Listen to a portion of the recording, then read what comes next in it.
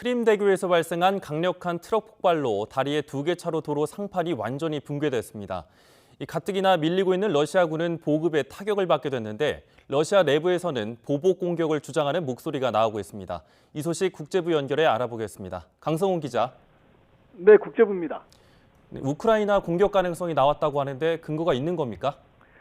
네, 우크라이나의 대통령 보좌관인 미하일로 포돌리아크가 앞서 이번 사건이 하나의 시작이다 이렇게 말했습니다.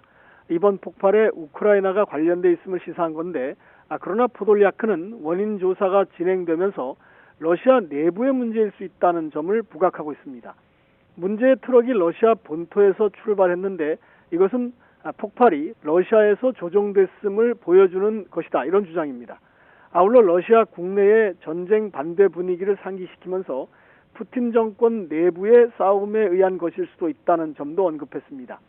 볼로디미르 젤렌스키 우크라이나 대통령은 크림반도에서 점령자가 없는 미래를 원한다 이렇게 말했는데 이번 폭발에 대해서는 직접 언급을 하지 않고 있습니다. 러시아의 반응은 지금 어떻습니까? 네, 러시아 외교부는 이번 폭발이 우크라이나의 테러 공격에 의한 것임을 의심하고 있습니다. 러시아 외교부 대변인은 민간의 기반시설 파괴에 대한 우크라이나 정권의 반응은 테러리스트의 본성을 보여주는 것이다 이렇게 지적했습니다. 우크라이나에서 교량 폭발을 조롱하고 환호하는 반응이 나오자 이번 사건이 우크라이나의 공격에 의한 것임을 사실상 주장한 겁니다.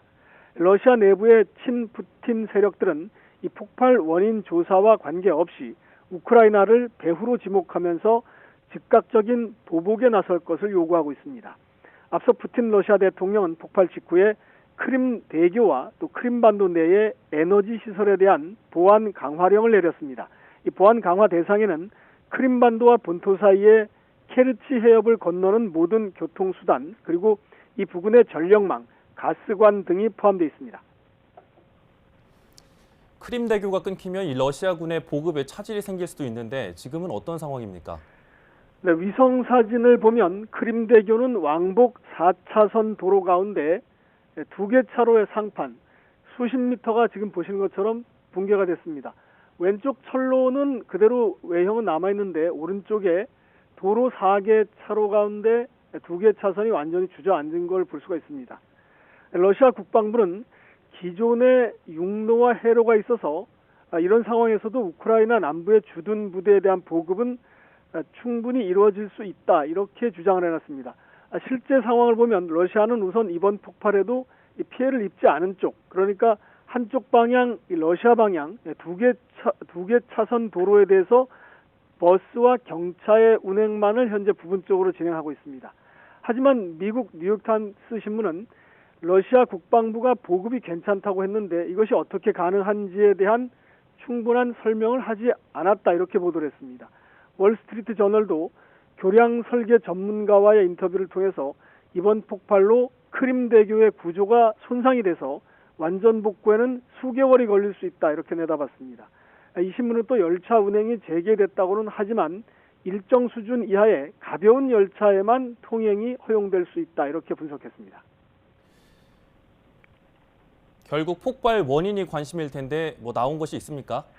네, 러시아 정부가 조사위원회를 구성해서 현재 원인 규명을 하고 있지만 아직 정확한 원인을 찾지 못하고 있습니다.